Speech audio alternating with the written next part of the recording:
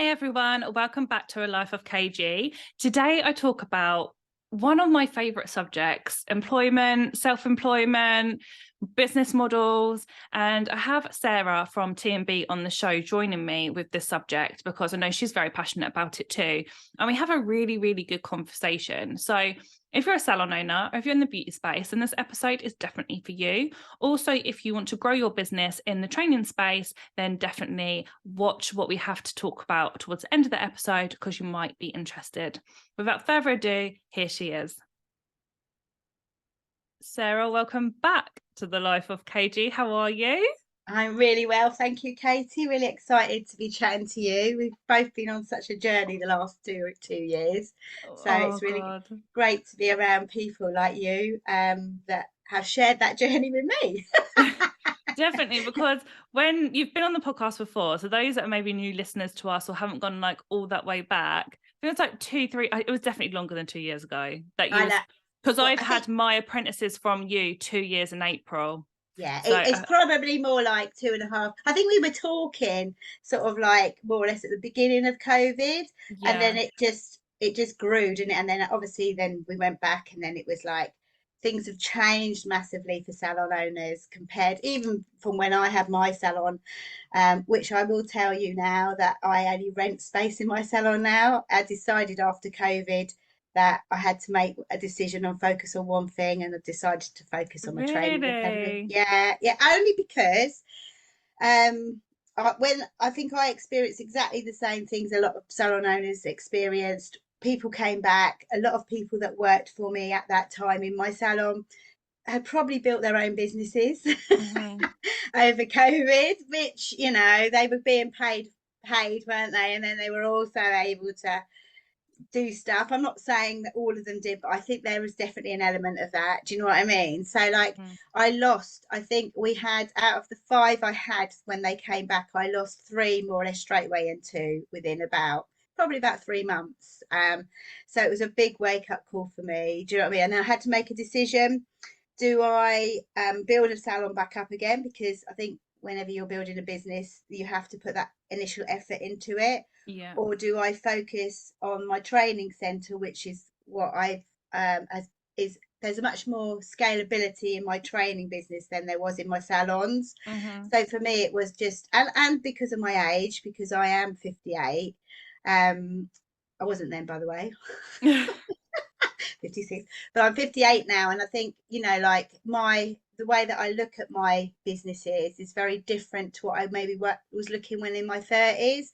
Mhm. Like when I very first got into business in my 30s, it was more about um having my own business and maybe a bit of status with that. Do you know what I mean? As in more flexibility for me and my life and all of that stuff. Whereas now it's more about what happens to me when I get to a point where I can't work because I'm too old as such. Do you know what I mean? Mhm. Or and when I say work, I mean working on your business, right? Not Yeah. in your business.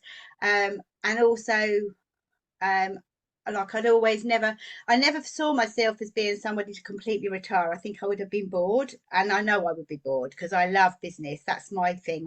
It's the business side of it I really enjoy, rather than the treatments and doing it's building that, seeing Yeah. that, and getting that self satisfaction out of doing that, and then going on to the next thing and creating that, and then going on to the next thing. That's what lights me up inside.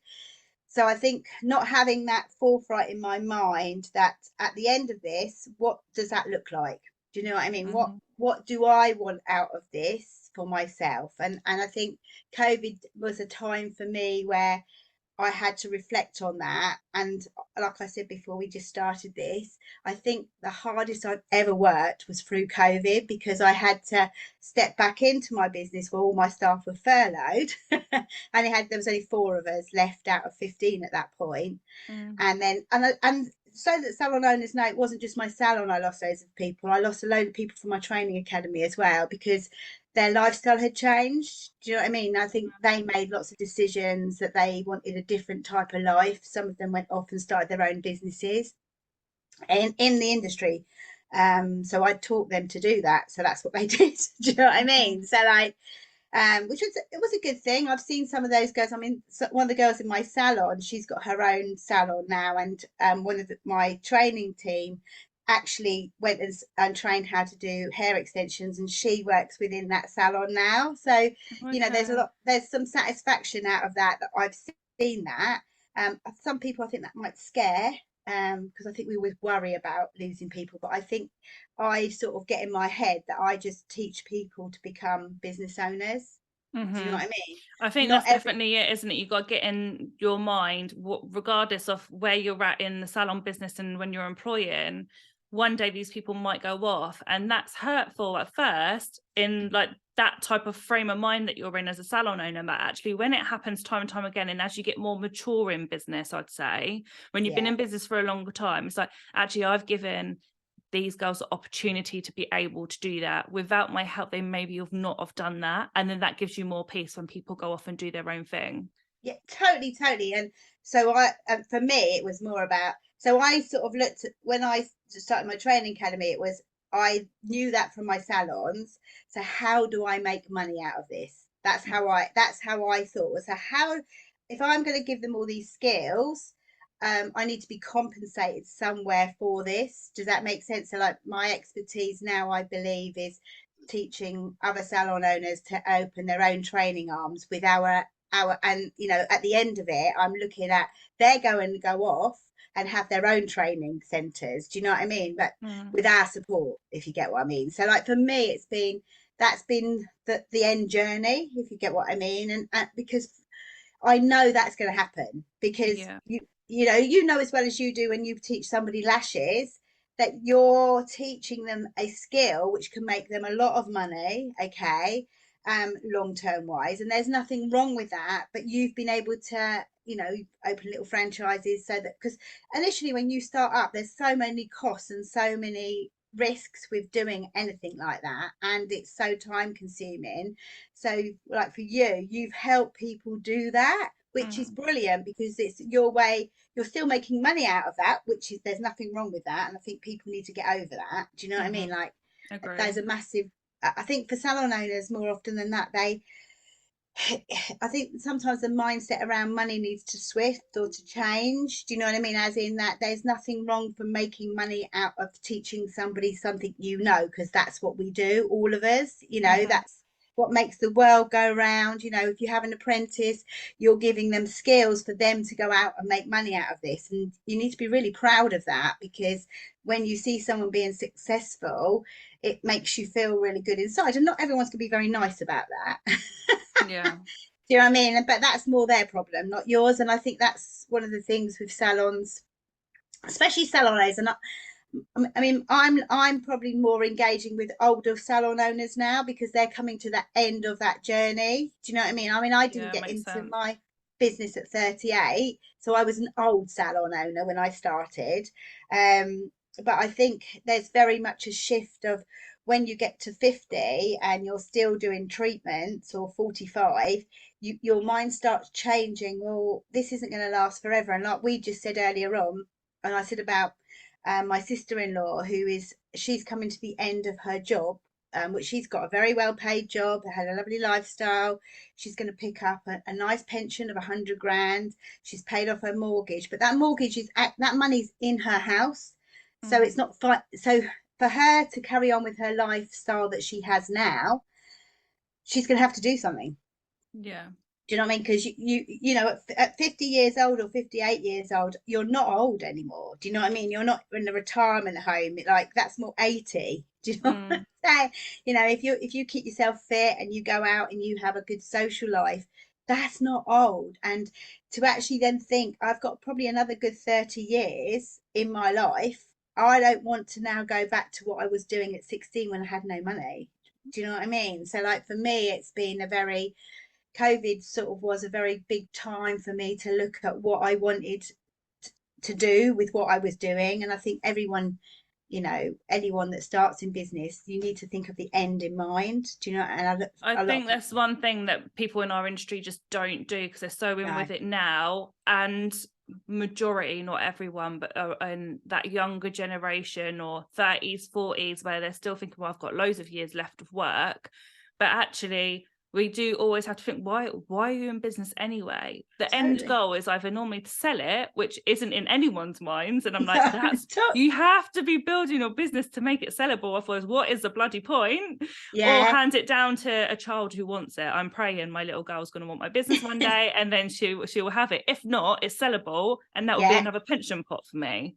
Totally. And that's what I'm trying, because that was a wake-up call for me, because my daughter, my idea was always, when I bought my salon, I'm going to teach my daughter everything and she's going to go off and she will then have my business.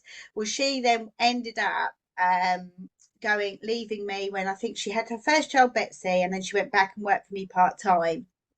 And then when she had Bloom, she went, no, I want to have my own business. So like, no, she has built her own lash business, very successful. But she didn't want the same as me.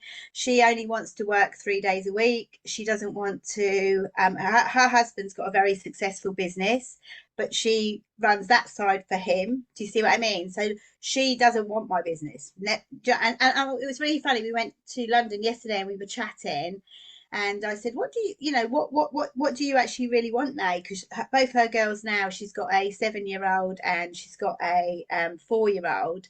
I don't know if she might have another one. I'm not too sure, because my son's just had a little boy. Oh. So I think she's been looking after him 1 day a week, as I have been looking after him 1 day of the week as well. And I think there's a little bit of like, I'd like a boy, but I said, you can't guarantee that. Do you know what I mean? But she said to me yesterday, we were just chatting, she said, I want to have my own lash brand. I now want to have my own lash training company. That's what I want. Do you know what I mean? So like, just because you've built a business, you think your family and your friends are going to want it, that doesn't always happen. And like, she doesn't want my business, because it's not her thing. Do you know what I mean? It's not her. She loves lashes, that's what she loves doing. She likes her lifestyle the way it is, like 2 or 3 days a week. She doesn't want to employ staff, loads of staff. Do you know what I mean? Yeah. Like, so I think I think that it's really strange now. I'm at a point where, okay, so do we put a management team in that actually that they run that business for me, and then incentivize them to run that business, which is now the route I'm going down. Do you know what I mean? As it and have done a lot of work on that in the last 2 years. And but I had to learn loads of mistakes. Do you know what I mean? We were saying earlier, and I said, I'll bring this up, what my mentor said to me. And I think everyone should have a mentor, by the way. I think one of the biggest mistakes most businesses make is not having somebody that's outside the business that can look in on your business and go, that's what you need. Do you know what I mean? And I think it doesn't necessarily have to be expensive to have a business mentor. I think people just think, oh, I've got to spend loads of money. That's not always the case. There's a lot of groups. There's loads of options. Memberships, you can do Yeah, memberships one-to-one. Like, depends on what your budget is. There will be something for you.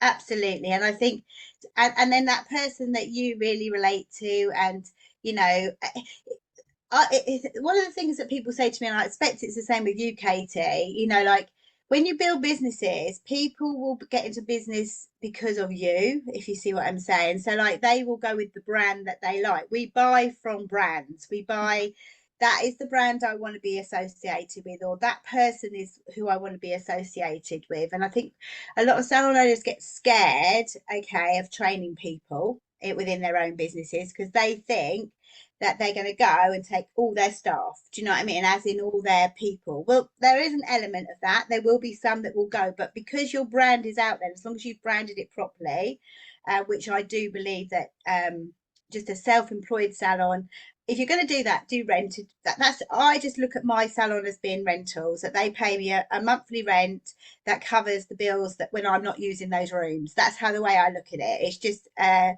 extra for me. Do you know what I mean? It's not really like, but I have they don't relate those salons to me. So like, my daughter rents space in my salon, so she's got Blinkies. That is her brand. People come in for her.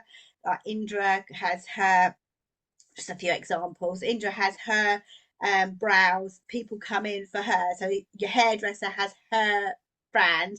it's just a location. It's not a salon. Do you know You're what I mean? basically like a landlord, aren't you?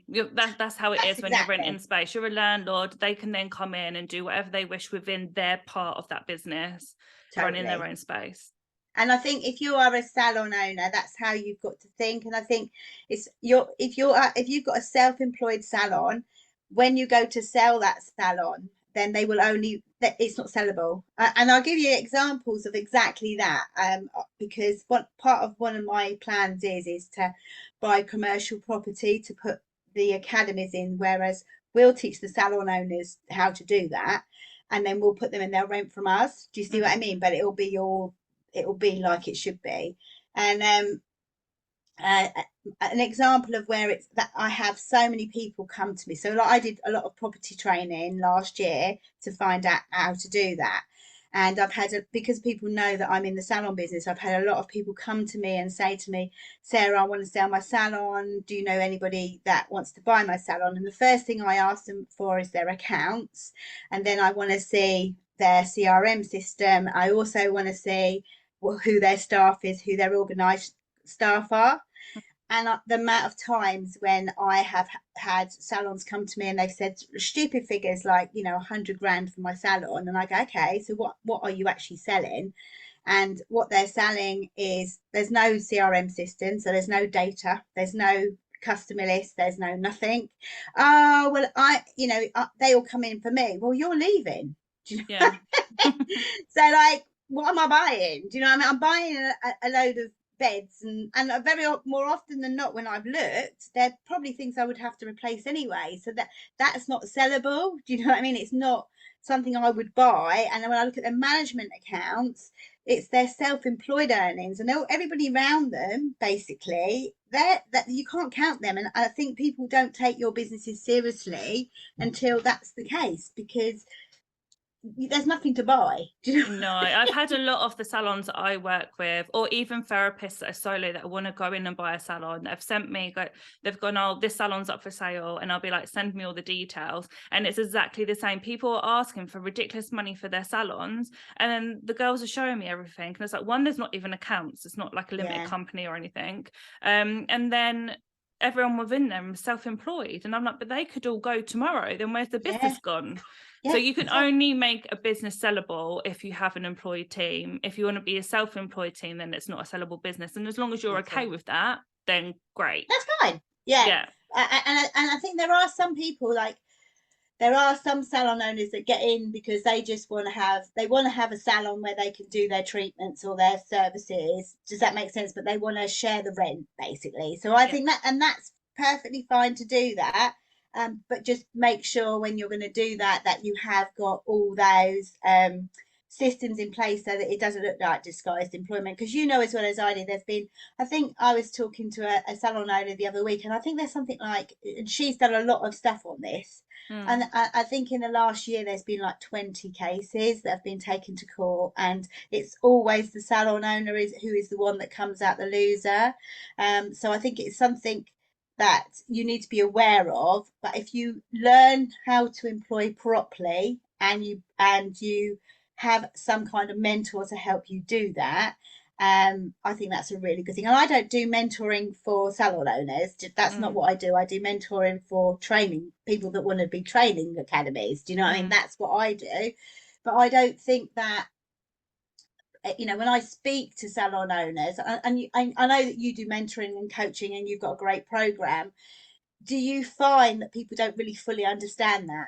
It's mainly what the big issue is. And that's why I definitely want to say, while people that are listening don't think, oh my God, I'm doing this completely wrong, or start panicking, because a lot of the time this all comes down to education. Salon owners are just looking at other salon owners, and then they'll talk and go, oh, okay, you do it that way. Okay, I'm going to open up this salon and I'm going to rent out space. And then these people are going to be my teams. And then they don't know any different until there is a case that goes in about you. And then you're shot, because your business is more than likely going to go under if someone takes you to tribunal about that. And what the sad thing is there isn't any education around it, which is why I'm so massive on this subject. Like, I'm so passionate about this subject, because I just don't want people to be building their businesses thinking it's a correct system and it's not, and then Yeah. unfortunately you have to close. And I could literally talk about it for ages, but I think just making sure that if you are going down the self-employment route, you're doing that 100% correctly, then you're Yeah. safe. If you're Yeah. going down the employment route, do that 100% correctly, and you'll be safe. And the only way to know that is your accountant. Sometimes they know little, they don't know everything. They're accountants, they're not HR. I always say to people, an accountant is somebody that looks at your accounts. Yeah, An they're not HR person, HR. no, an HR person knows what's allowed. I mean, I'm really lucky because Julie, who works for me, well, she owns 20% of the business. She came in as an employee, bought into my business as I grew, and she's got an HR background and she knows it inside out. Do you know what I mean? And knows what's allowed and what isn't. And it's really good for me because those sort of situations, and don't get me wrong, I don't criticize. I've had self-employed people. I had self-employed people in my very first salon, so I know exactly how that can you can cross over and not do it on purpose. You do it because you don't know, like you said, you don't know what you don't know. That's the thing, isn't it? But I think through learning having lots of mistakes made and having those problems, do you know what I mean, I've had to overcome them. So like I'm sure you're a little bit like me now. You know those things, you want to be able to pass them on to other salon owners so that they don't have to go through that uncomfortableness that you had to go through when you had to experience of that. Do you know what I mean? And Yeah. I don't criticize anyone for having I get it. I totally understand. It's just you just need to make sure that's what you want. And not everybody wants that model. Some people are building their business to sell. Some people are building it to retire from that business. I've got a salon owner that uses me. She's quite happy. Her self-employed model works a treat.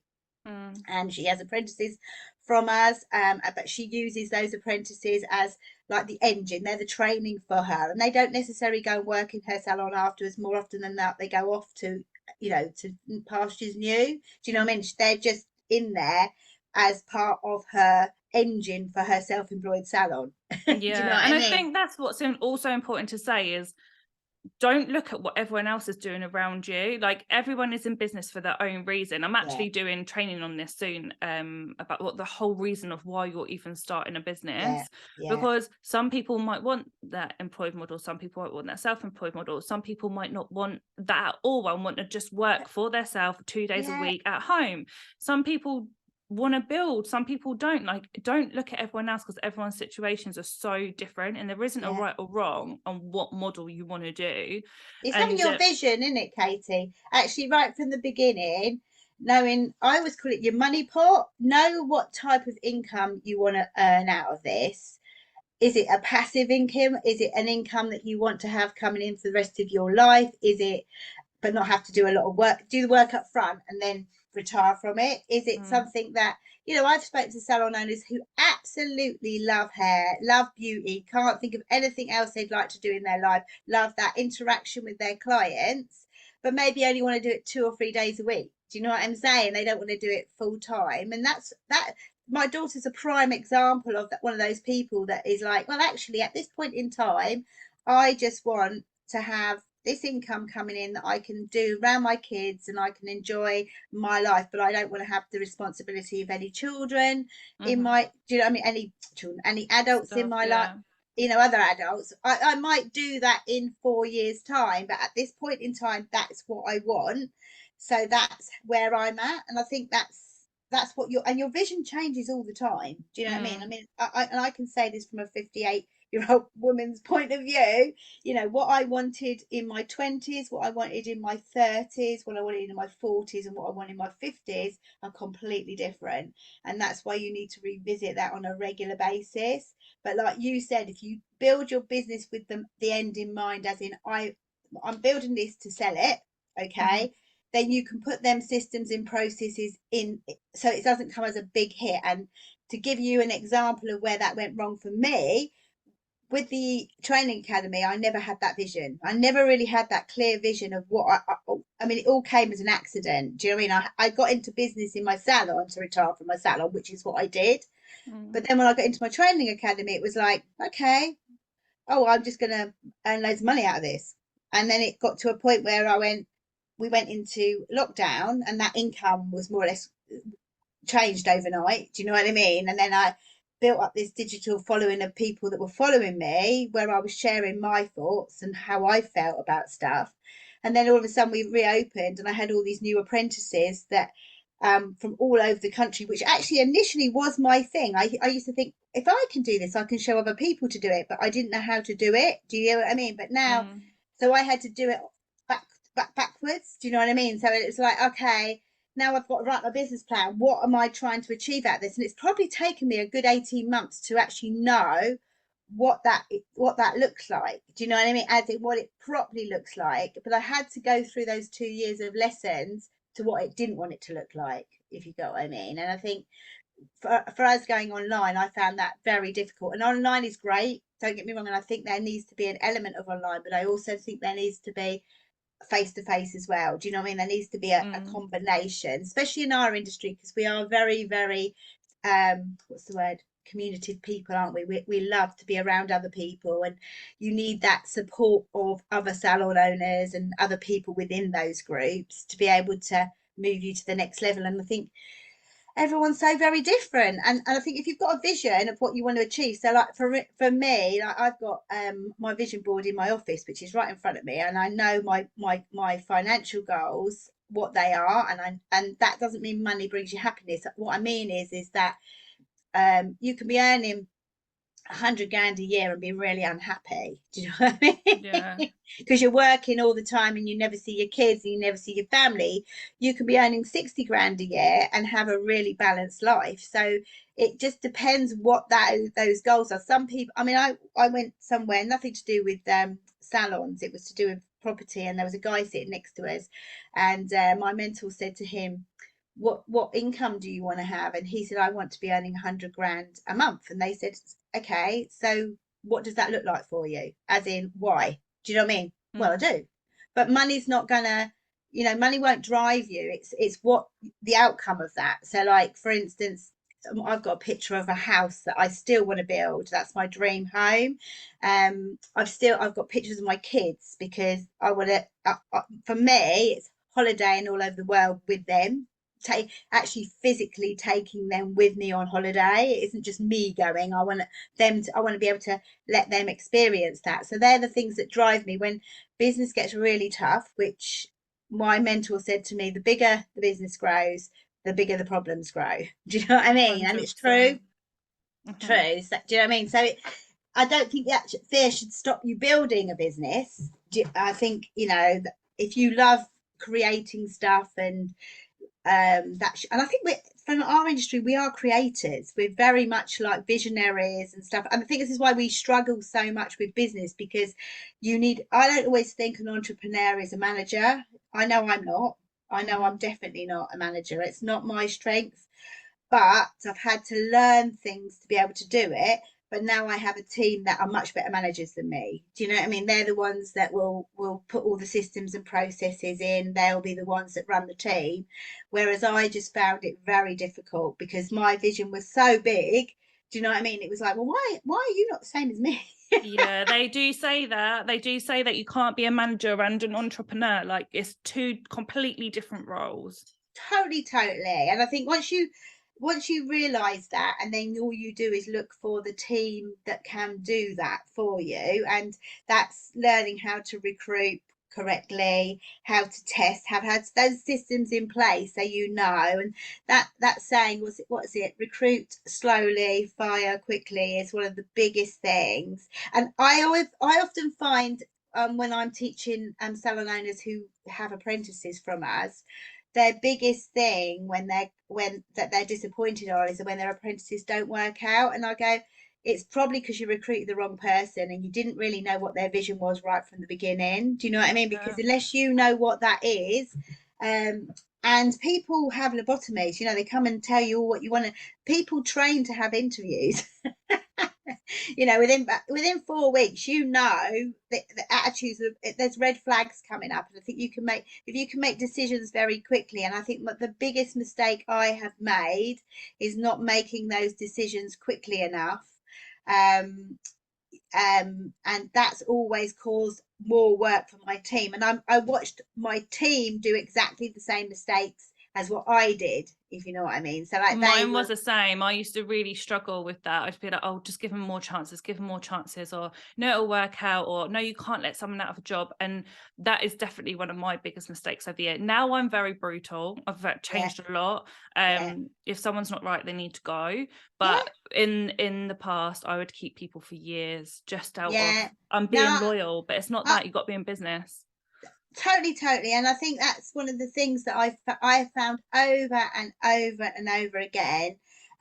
You know, where we've had people that have literally like been with us for like 4 or 5 months, and we should have got them rid of them, you know, within a month, because those same red flags are still coming up after 4 months. Do you know what I mean? They're still showing. But I think the hardest thing for me has been being able to let go of my management team for them to find that out. Do you know what I mean? Actually, for them, you know, like because an example would be, we had a tutor that we had for a while, and she was horrendous.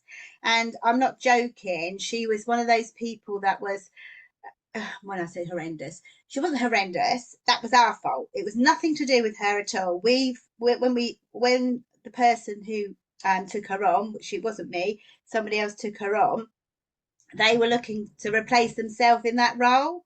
And basically, that when they replaced themselves in that role, okay, it was like, well, now that's done, I don't need to do that anymore. But they didn't actually, because that person didn't do that role as it should have been done, if you know what I mean. So like, when they knew that person was wrong for the role, they should have let them go. Do you know what I mean? They should have said go. But that they had to learn that mistake, and for me to be able to sit back and let them make that mistake, that's what happened. Do you know what I mean? So it's just been, you know, it's one of them. What would you say, because when we had our last interview 2-3 years ago, COVID went massive for you with the whole, when you were starting the business. I mean, even the podcast absolutely blew up. Like, you were getting calls left, right and center after that podcast. It went absolutely mad. And that's what I'm saying about, even when you've been in business for a long time, you still can make the same mistakes. Does that make sense? So like I didn't envisage as many people starting up when we went back, basically. And the systems and processes that we had them, Julie and I, but we don't forget, my team had been on furloughed for 4 months. Do you know what I mean? 5 months. So we not taught them any of those schemes at all. They came in, took that over, and we went, there you go. Do you know what I mean? And it just didn't work. And we had, I think in that first 12 months, it has been one of the hardest things, even to the degree where we took on what I would say the training side of tutors and assessors. They could do the training, but they don't know how to deliver apprenticeships. It's a very, very different to just training, because the apprenticeship funding is so complex, as in we're working with government money. We're not working with paid money, and because of that, the expectations of those apprentices are far higher, and we have to actually prove to the funder that money is being used as it should do. So there's a lot of things there that we need to teach the people that are teaching it how to do. And what we found is that and also another thing that we did is we gave the Assessors Award away for free, which I think once you do that, people don't see the value in it. And I think for a lot of salon owners, what happened is they went, okay, we've had no money. We've realised that we haven't had any money over COVID. We need now to bring in another income, okay, very quickly, because we know that salon money isn't always going to be there, but the apprenticeship money is more likely to be in there, because we were still being paid for our apprenticeships through COVID, so it was a bit of a guaranteed income. Do you know what I mean? So they were looking for other ways of making money. Went back to their salons, got really, really busy in their salons, and it's like, well, actually, I don't know how to juggle all of this. But we didn't actually teach them the skills on how to do that first. Do you see what I mean? So like, it's not until you have something in your life happen to you that you actually realise that there are other things, do you know what I mean, that you have to do first. So like for you got pregnant when you had your little girl and you were in your salon, then you had to teach people in 3 months how to run that salon. Am I right in thinking that? Yeah. Yeah. So that's the first lesson that any salon owner has to do before they can actually start properly delivering proper training within their salons. They need to be able to replace themselves. Okay. So we have, our job really was to teach them how to do that. That's the first thing that they need to do, and we didn't. And we also found where people were at distance and there was not that community that they could come down and see what we do. Does that make, do you know what I mean? It didn't work. So for me now in my mind is people have to invest in it. So like Julie and I are putting a training program together where they'll invest in that first. We will teach them everything we know.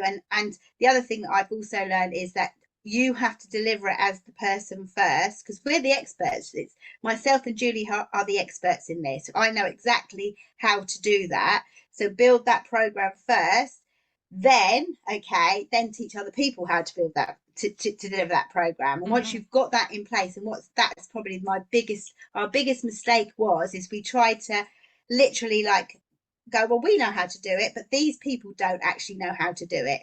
Do you see what I mean? And haven't got that passion maybe that we had. Some of them did, and it wasn't a case that they didn't want to, it's a case that they couldn't do. Do you know what I mean?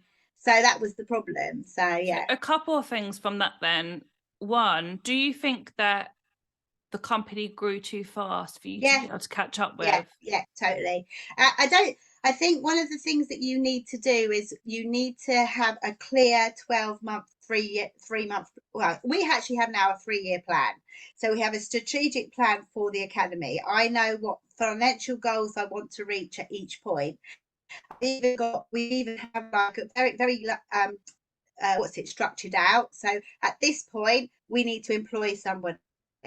That makes sense. At this point, we need to employ somebody. At this point, we need to employ someone. Always. And I think what most business owners do, they go, when I'm too busy, I'll employ someone, because they're really frightened. If I take somebody on, I can't afford them at this point. The problem is that you need to like go back to go forward. So for instance, to give you an example, I know that we've just got a really good big adult education budget that we are tendering for at the moment. If we get that, it's massive. Do you know what I mean? And it will turn us into the millions. Do you know what I mean? So like for me, I know that to be able to do that, we need X amount of teachers, coaches, assessors. Okay. Now I can take them from outside, and those people, even if they've got those qualifications, I still have to teach them our systems. I still have to teach them our training. And one of the biggest mistakes I've made in the past is assuming that they've got that qualification, they're going to be any good at what they do. And that's not always the case. It's a little bit like with salons. If you have a nail technician come in and work for you and they're all fully qualified, you might do a tester with them basically, but they might not have the attitudes, they might not have the customer service. There's always going to be elements that you've got to teach them. So for me, I always look at it as a 3-month plan. I know for 3 months I've got to put that time and effort into that person to get them to the standard that I need them. And it's not that difficult. Once you've got the systems in place, you can do that. So we have a very clear 3-month induction program, which is at this point, they need to have reached this point. At this point, they need to reach this point, and this point that they've got to reach that point. And if they don't reach those points, then that's red flags to me. Do you know what I mean? They don't suit that, because people, like I said, at interview tell you everything, and you can spend an awful lot of money on hiring staff that actually aren't yours. But what you will find is those 3 months that you initially did that work pay dividends in the next 6 months. Do you know what I mean? You'll get that back and some, if you see what I mean. But I think what a lot of business owners, not just salon owners, a lot of business owners don't recruit because they think they can't afford them. Well, actually, you can't afford not to have them, unless you, like you said earlier, unless you are just somebody that wants to just do the day-to-day running of your business, you know, sit in your home. I mean, if that was me, I probably wouldn't even rent a chair. I'd probably do it at home in a cabin at the back. Do you know what I mean? I'd have that. that I could go in and out and do what I wanted. But if you want to actually be a business owner who can eventually go on holiday and know that that money's going to come in, whatever, do you know what I mean, when you're away, you have to grit your teeth and do this. And the first 3 months is the time and effort where you put all the effort into that person. Eventually you will have people that will be able to do that for you. So for example, like my sales team now, he can train people. I don't have to go out and do the training with them, do you know what I mean? He goes out, they work alongside him for 3 months, and he gradually then says, right, okay, so at this point I need you to have been doing this, and we measure it very, very quickly, those red flags. The same with tutoring. I mean, we are very strict on that. People say to me all the time, oh well, I've been training for 15 years. You might have been, but not in my business. Do you know what I mean? You don't, as far as I'm concerned, you're taking a completely clean slate when you come in. And if you have the attitude, well, I know more than you, then I don't want you in my business. Do you know what I mean? It's not going to work, you know. And I think that for salon owners is a massive thing. It's like I think that people get scared. It was really funny. I went to Layla did her, is it breakfast? Yeah, breakfast with Layla. Yeah, it was really good. I wanted to go and meet Layla because I've worked with her quite a lot over the lockdown, so I thought, well, I'll go down to Bath. Is it Bathurst? Is it Bathurst? Where is it? I can't think. Basingstoke. That's where I went, Basingstoke. And I went down there and I spent some time with her, and it was really good. I mean, I really enjoyed it. But we ended up, I ended up talking to one of the girls who were there. She was a solopreneur, and she was like, oh, I would never ever employ anybody. And I said, oh, can I just ask you why? Just out of arguments, you know, is there a reason for that? And she went, oh, and she said, I just don't want to have to manage people. And I said, okay, that's fair enough. But as the conversation transpired, it was more coming from a place of fear. And what I realised was, when I was chatting to her, is that she sees in like all the Facebook groups so many salon owners going, oh, staff are this and staff are rubbish, and that this is all problems. And I just pointed out to her is, yeah, that's the same in any business. You're going to have difficult clients and you're going to have difficult staff. That at time you're working with people, and that is what happens. However, if you stop that from going, you stop employing people because of that, then that's fear that's stopping you going to that next level. If your goal is, so you have to then go and find, what you need to do is go and get the knowledge how to do that properly, and then from that you'll be able then to build, you know, you'll be able to build a business. And once you build a business, you can do that once, you then can do it twice, you can do it 3 times, you can do it 4 times.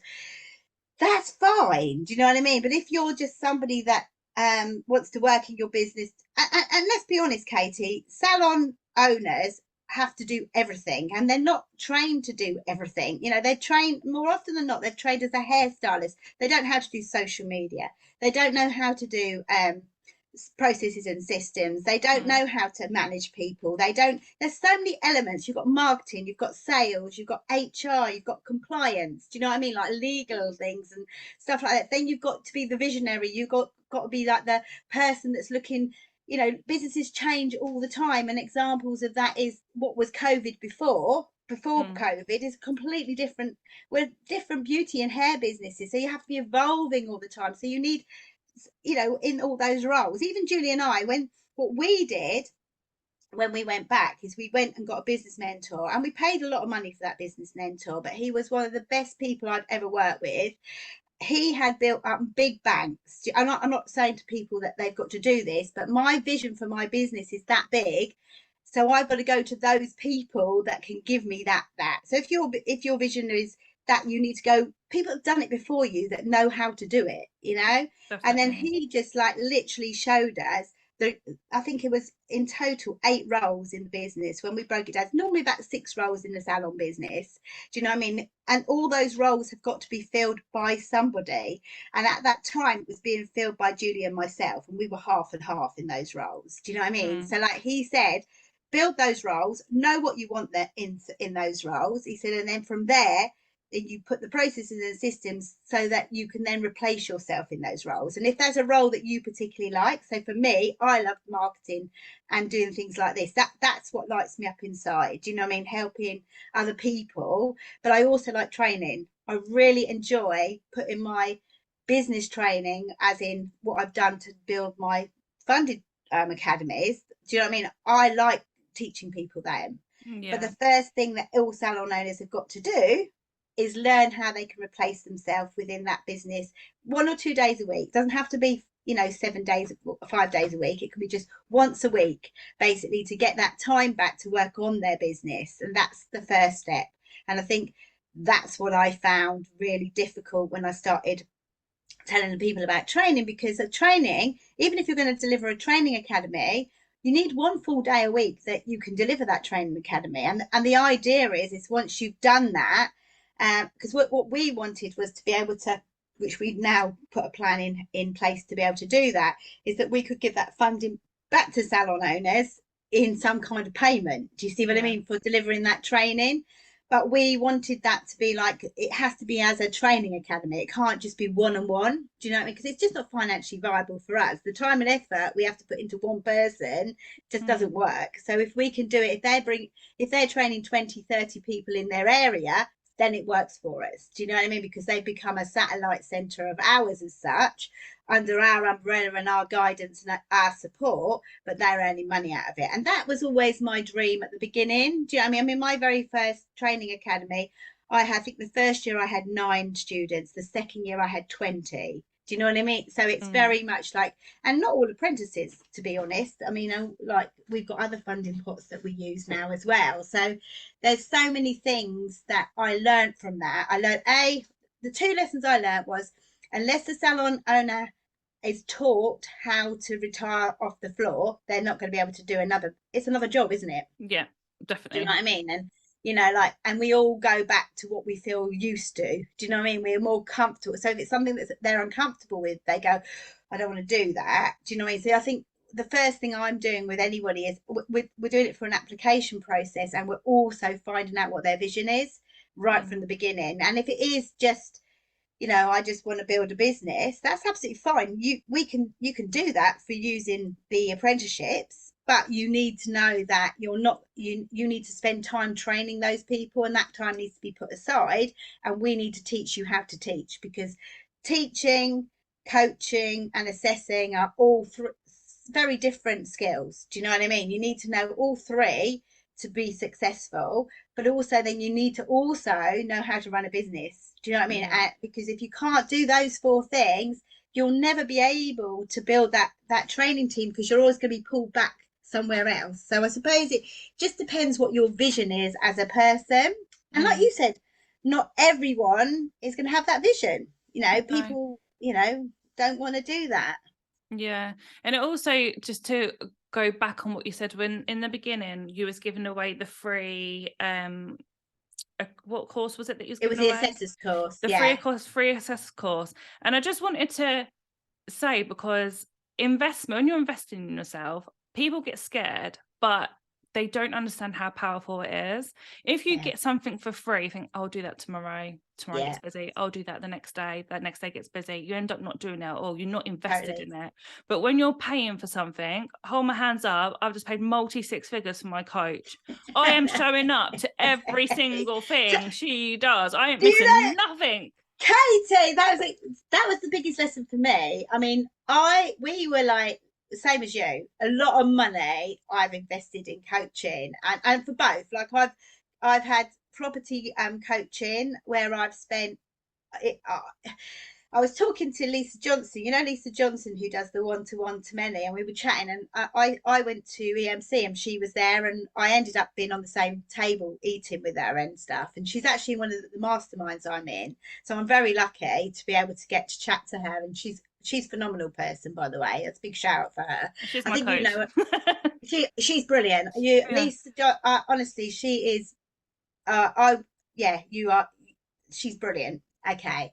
and very honest. Do you know what I mean? She says it as it Mm. is, and you know where you are with her. And she was just sort of like, we were just sort of like chatting. And I said, I think I said to her, she said, how much have you spent on yourself, Sarah, in the last 2 years? And I gave her the figure, and she said, we all do that. We all do that. And it made me feel so much better because I thought it was just me. Do you know what I mean? But it made me realise, and exactly what you said, Katie, if you have those people in your life that you spend that money with, you will make every effort to attend everything. Do you know what I mean? And but the results that you will have from that will be far, far quicker. I think part of that mastermind that I'm in, we had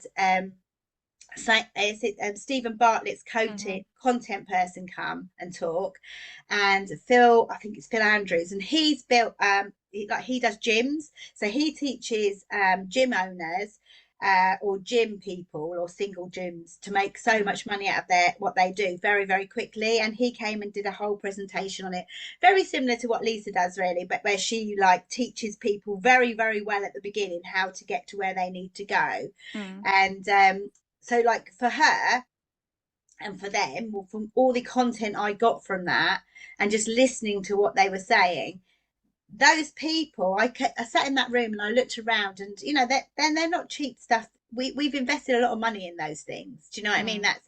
There was about 40-50 people in that mastermind. Do you know what I mean? The year before there had been 15 in that mastermind, but because the results that the 15 got, do you see what I mean? It's like, so like if you can add more value into what you do, like over deliver what people need, and then but charge, and then as your prices go up you can charge more. Do you know what I mean? But understand it's the same as salon owners. I mean, my daughter said to me yesterday, we were just chatting when we were in London, she charges, I mean, we're in quite a disadvantaged area in the country. If you look on the government, they have like a site with blue and green and blue where disadvantaged areas are, and ours is one of those areas. That, not all of it, but there's a small part of it. And she charges between £60-70 for a set of eyelashes. That's what her going rate. And she had somebody phone up and say, you're very expensive. And she said, yeah, I know I am, but I am fully booked. And if you don't want to pay the price, there's always people that can do it cheaper, but that's my price. And I think a lot of what salon owners do is they look at the salon down the road and go, oh, they're charging £30 for a set of lashes, I'm going to charge that. But your overheads and everything else within your business might be completely different to that salon owner down there, and you're on the back foot. Do you know what I mean? Because you've, and I don't know about you, I don't go in and have my hair done for the price. I go in because that person, I like the ambience, I like being looked after. I mean, you know, I like to be able to get away from, I mean, I more often than not don't have my hair done in my own salons, in my own training salons. Do you know what I mean? I go out because that's my time. It's like I go to spas, do you know what I mean, and have treatments, because I always learn stuff from that for a start. Do you know what I mean? But that's my time. I don't look at it from a price angle. I'm not saying that you know, I know everyone's got affordabilities, but that for me is a very important thing in my life, as in that self-care for me is really important. So that's where I like to spend my money. Well, some people might like to spend their money on their house, do you know what I mean, on their properties. That's, although I like to live in a nice house, it doesn't light me up inside. Do you know, a new city, that's like, well, once I've got it, you know. I want to go and travel. I'll spend, you know, 4 or 5 grand on a holiday. Do you know what I mean? Because that's what I want to do. Whereas somebody like my husband will go and spend £4,000 or £5,000 on a bloody mountain bike that sits in my garage. Do you know what I mean? Do you know what I mean? That's what I'm trying to see. People have different things, and I think salon owners think, oh, well, I can't charge that because no one will buy from me. But what you're doing is you're targeting the wrong people for that. It all comes down to your target audience at the end of the day. Totally. If you're going to be looking for people that are going to be paying, I don't know, £30 a service, then them type of clients are going to come in. If you want to charge £60 service, then them type of clients will come in. Like, there's nothing wrong with that. No, there's nothing wrong with that. All. It's just knowing who. I mean, I always say to people, it's like you're having your Primarks and your Harrods. You need to know. I mean, me and Naomi went to Selfridges yesterday. We were just like walking through because I love looking at all Gucci. I know it sounds thingy, but it's nice to be around that. Do you know what I mean? That stuff. You know, when you see stuff like that, it's like that type of stuff fires me up inside, because Yeah. I like that type of, that's where I see myself being, if you know what I mean. That's what I Mhm. want, you know. I want to go into Selfridges and I want to go in there and think, oh, okay, I'm going to spend that. It's not anything to do with how much money I've got. It's that I have the ability to do that. Do you know what I mean? That's Yeah. So I think for people, you need to decide what that is. What is your money pot? And like I said, that guy who sat next to me and said 100 grand. Well, why do you want 100 grand? You know, if your income pot is £10,000 a month passive, that's your income. Do you know what I mean? Some people's is 20, some people's is 30, some people's is 5, some people's is 2.5. It doesn't matter. No one's judging you for that. That's entirely what you want in your life, if you see what I mean. But you need to know what that is, and not just because you believe that's all you can get. And do you know what I mean? And if you only believe that's what you can get, then the first thing you need to work on is the belief in you. Do you know what I mean? Yeah, Is definitely.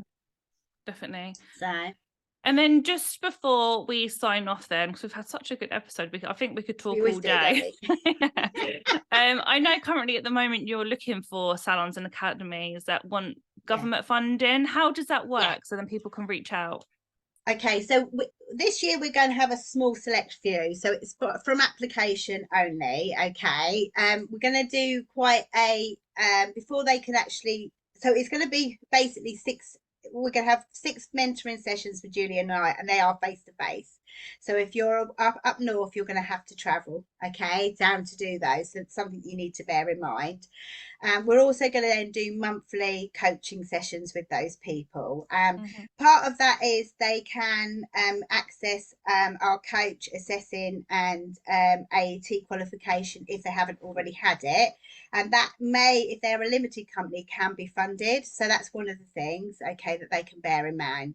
If they haven't, they're still going to have to go through that program, because like I said before, even if you've got those qualifications, we're going to have to train you in our systems and what we expect, and also how to deliver the apprenticeships. So, like, for instance, all the off the job forms, all of that side of it. But we're also going to put into that program how to actually get yourself from working in your salon full time to having your own training academy. Does that make sense? So, like a full training academy, and how to access those funds. So, once you've done that first lot of training, then you can then become one of our what I call satellite centres, and a bit like a franchise, Katie, basically. So their initial investment is what's going to pay for that. Okay, so they have to, and I know then that I have committed people, if you know what I mean, because they will know exactly how we train, and do that. So it's an application process. I think on the 24th of April is when we're actually launching the first meet, which will be really where we'll look at who we're actually going to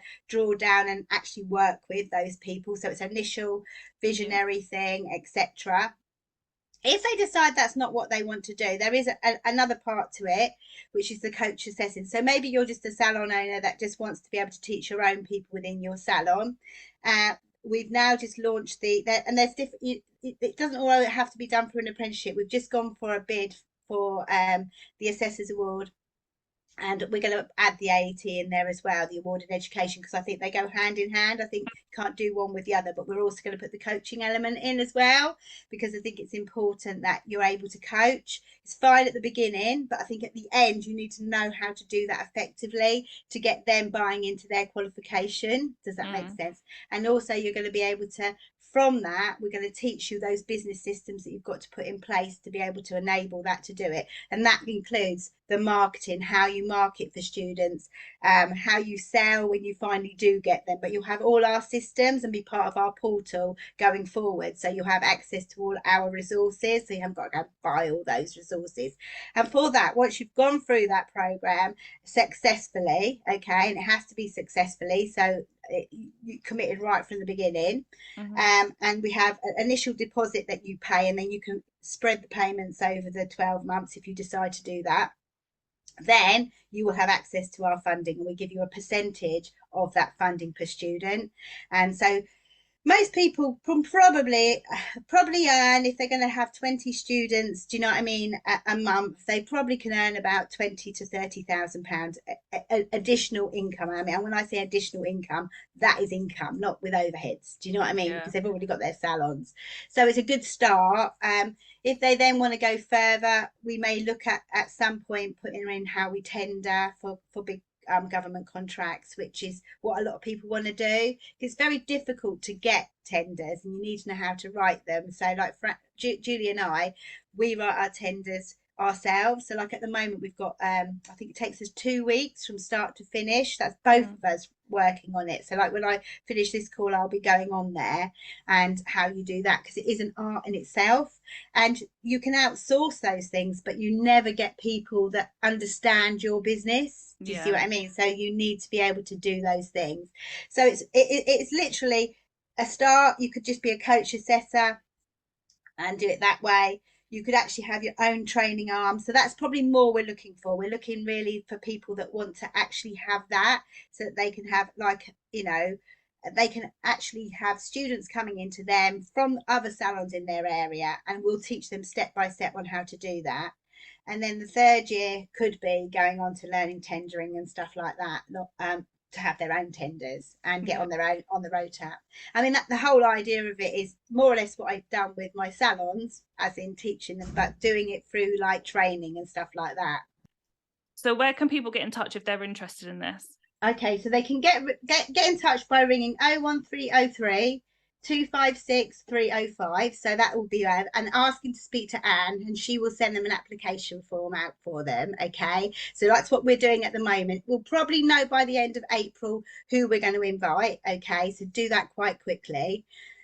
Or they can go onto our website, okay, www.tmbskillstraining.co.uk, and then click on the contact. And once you click on the contact sheet on there, okay, then from there, okay, there's like a little like an information thing that comes up, and they can put all their details in there and just put that they listen to the podcast with yourself and they'd be interested in knowing more. What we'll then do is send them out an information pack, but also the application form. They'll then have like a coaching call with us, just to find out. It'll be with one of the team to find out what their goals are and whether they fit into what we're looking for, if you see what I mean, because we are going to be quite, especially in the first year, we're only going to have so many people, because we want to roll it out slowly and make sure those people are as successful as they can be very quickly. Do you know what I mean? So go from there. Is that okay? Yeah, absolutely amazing. I'll put that in the show notes as well. But it's been an absolute pleasure having you on. We always have such a good conversation. Yeah, so thank you very much. Always. And I'm watching your journey all the time. I'm loving it, and we need to catch up more, because it's interesting to talk to people. Definitely. Thanks, Katie. Bye bye.